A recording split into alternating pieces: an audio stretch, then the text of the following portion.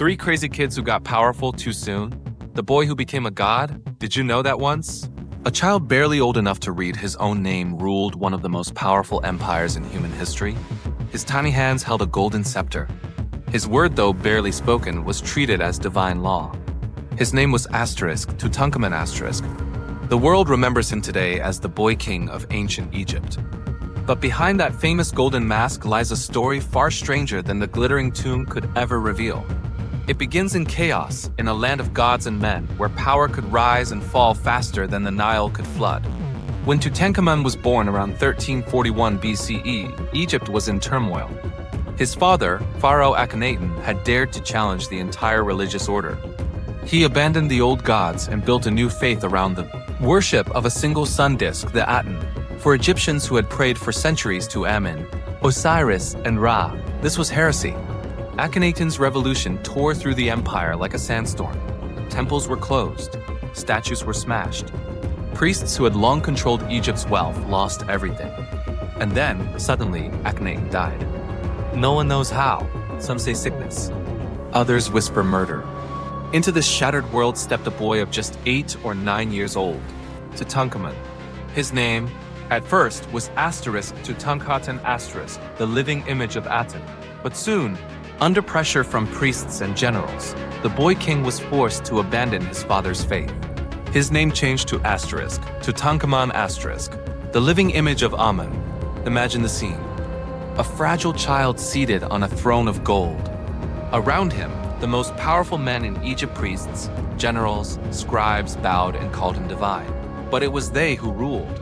Tutankhamun was the symbol, the figurehead. A living banner meant to restore peace to a divided land. Let's float over to another royal disaster. The boy's new capital was moved back to Thebes. The temples of the old gods reopened. Offerings were made. The statues of Amen were repaired. Egypt, at least on the surface, began to heal. But beneath the calm, power struggles brewed. The generals wanted control. The priests wanted revenge. The royal court was a battlefield of whispers. Tutankhamun tried to learn the ways of kingship. He studied the sacred texts. He listened to his advisors. He married his half-sister, Enkhesenemen, another child, barely into her teens. Together, they became the image of divine rebirth. Yet, the truth was darker. The boy king's body was frail. His bones were fragile. His left foot was twisted.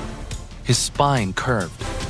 Modern science later revealed that he suffered from genetic disorders caused by generations of royal inbreeding. He could barely walk without support. Still, he was expected to lead, to bless armies, to oversee temples, to bear heirs. But time was not kind. Both of his children, born prematurely, died soon after birth. Their tiny mummies were buried with him centuries later, a haunting reminder of lost innocence. And then came the accident. Tutankhamun's death remains one of history's most debated mysteries. Some say a chariot crash shattered his leg and led to a fatal infection. Others claim palace intrigue, poison, murder. Whatever the truth, by the age of 19, Egypt's boy god was gone. The empire plunged once again into uncertainty. The priests seized his death as an omen. His widow, Enkhesenemen, was left alone, trapped in a court filled with men hungry for power. She even wrote a desperate letter to a foreign king, begging him to send her a husband. That letter still survives, etched in clay, trembling with fear. Yet for more than 3,000 years, Tutankhamun was forgotten. His name erased from monuments. His tomb lost beneath the sands. Egypt's history moved on. Kings came and went. Dynasties rose and fell. Until one day, in 1922, a British archaeologist named Howard Carter stumbled upon a sealed doorway in the Valley of the Kings. What he found would change history. When Carter peered through the small hole and held up his candle, he saw wonderful things. Gold everywhere, statues, thrones, chariots, jewelry, and in the center, a sarcophagus fit for a god. The boy who had ruled too soon was reborn in glory. Tutankhamun became the world's most famous pharaoh, though he had ruled less than a decade. His treasures filled museums. His name returned to textbooks. But behind the glitter, his story remains a quiet tragedy, a child burdened with divine power in a world far too cruel for him. Now let's drift across time and continents. From the golden sands of Egypt to the snowy palaces of Russia, Another child, another throne, and another story of power that came too soon. The Tsar's son who never grew up. Did you know that the fall of one of the world's greatest royal dynasties began with a single fragile child? His name was Alexei Nikolaevich, the last heir to the Russian Empire. Born into palaces of marble and gold, he was destined to inherit an empire that stretched across 11 time zones. But behind the royal portraits and glittering ceremonies lay a secret that would change the fate of Russia forever. Alexei was born in the summer of 1904, the long-awaited son of Tsar Nicholas II and Tsarina Alexandra.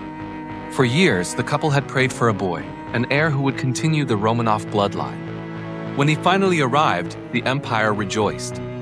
Bells rang across St. Petersburg, cannons fired in celebration.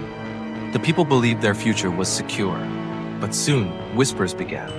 The boy was sick, not a common illness, but something far worse. Alexei suffered from hemophilia, a disease that made his blood unable to clot. A small bruise could become deadly. A fall could lead to days of agony. Even a simple cut could mean death. The Tsarina was devastated. She blamed herself. The disease came through her royal lineage descended from Queen Victoria of Britain, who unknowingly passed it through generations of European royals. The Russian court tried to hide the truth.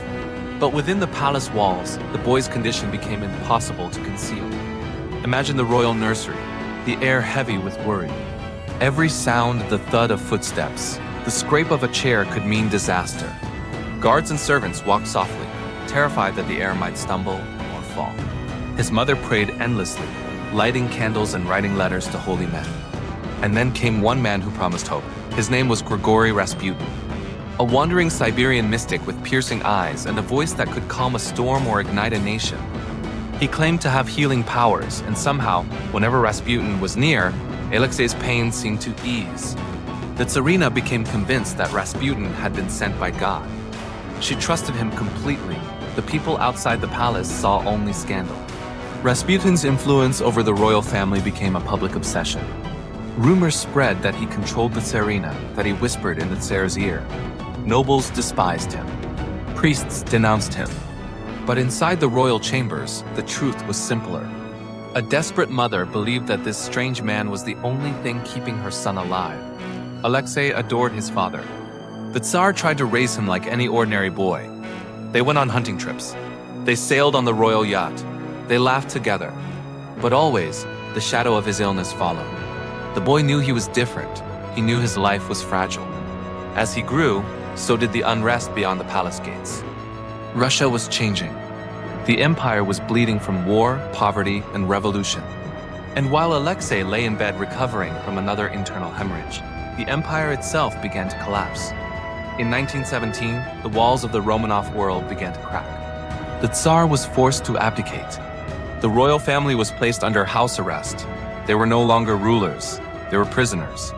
Alexei, barely 13 years old, watched the only world he knew disappear. The family was moved from palace to palace, each one smaller and colder than the last. The guards became crueler. The food grew worse. Still, the boy tried to remain cheerful. He wrote letters to friends, played with his sisters, and dreamed of freedom. But history had other plans. One night in July 1918, the Romanov family was told they were being moved again. They gathered in a basement, waiting for transportation. Instead, a squad of armed men entered the room. Within minutes, the dynasty that had ruled Russia for 300 years was gone. Alexei's story ended there, but his face lived on. In photographs, he appears delicate, almost ethereal bright eyes, a soft smile, unaware of the storm that would sweep his name into tragedy.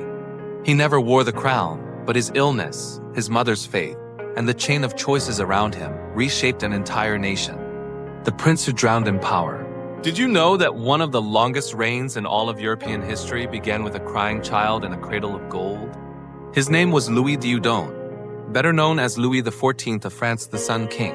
When he became king, he was only 4 years old, a toddler with a crown heavier than his own head. France in 1643 was a kingdom on edge. The wars of religion had drained the treasury. The nobles were restless, the peasants hungry. And when King Louis XIII died, his tiny son suddenly became ruler of a nation that didn't know how to stay calm. The court swore loyalty to the boy. Trumpets sounded. Ministers bowed. But everyone knew who truly held the power: his mother, Queen Anne of Austria, and her brilliant advisor, Cardinal Mazarin. They ruled in his name, protecting the child from the chaos around him. But even at that young age, Louis was watching, learning. He watched nobles kneel and flatter. He watched soldiers obey and betray. He saw power change hands like a deck of cards. And in those early years, the lessons of survival began to shape his mind. Let's float over to another moment in the royal nursery. Louis was not allowed to play freely. Every movement was choreographed, every word noted, even his toys were inspected. He slept in chambers watched by guards. Servants dressed him in public so that courtiers could bow as he put on his tiny silk shoes. He was both adored and imprisoned, the image of majesty wrapped around a lonely boy. Then came the Fronde, the great civil rebellion. Paris turned against the crown. Nobles rose in defiance. Riots broke out in the streets. And one night, the mob came dangerously close to the royal palace. The boy king was shaken from his sleep. His mother hurried him into hiding. Through the dark corridors of the Louvre, they fled as shouts echoed outside.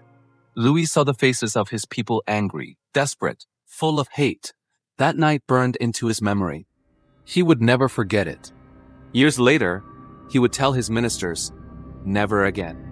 Never again would a king of France be humiliated by his own subjects. Never again would a monarch share power with nobles or parliament. That childhood fear became the foundation of his rule. When Mazarin died, Louis was 22. He stunned the court by announcing that he would rule alone, no prime minister, no regent. The crown would rest entirely on his head. France had never seen such a thing. Louis XIV became the living embodiment of monarchy. L'état c'est moi, he was said to declare, I am the state. Whether he truly said it or not doesn't matter. He lived it. Every law, every tax, every war, every opera performance, he watched and decided them all.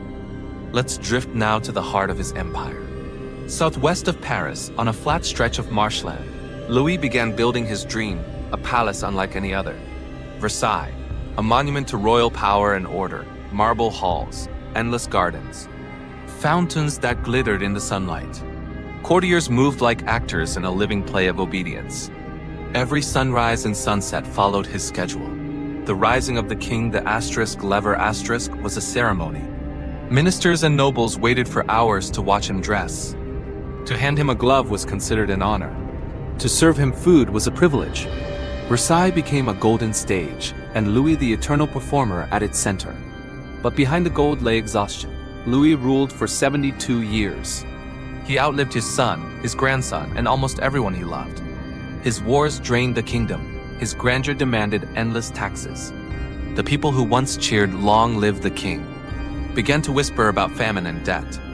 Still, he held on. Every morning he rose as the Sun King, the light of France. His court sparkled with beauty, music, and art, but his personal life grew darker. Loneliness crept into his golden halls. The courtiers bowed, the musicians played, yet the echo of those childhood fears, the night the mob came for him, never faded. When Louis XIV finally died in 1715, France wept and sighed in relief at once. He had become the symbol of monarchy, itself majestic, divine, and utterly alone. And so ends the story of three children who became powerful too soon. Tutankhamun, the boy who was called a god but never truly ruled. Alexei Romanov, the heir whose blood doomed an empire. Louis XIV, the child who built a golden cage and called it a kingdom. Each began with promise. Each became a symbol. And each reminds us that power, when placed in the hands of the young, is both a crown and a curse. Let's fade the light slowly now. The gold of Egypt, the snow of Russia, the marble of France all dissolve into memory. The children who once ruled the world now rest in history's quiet silence.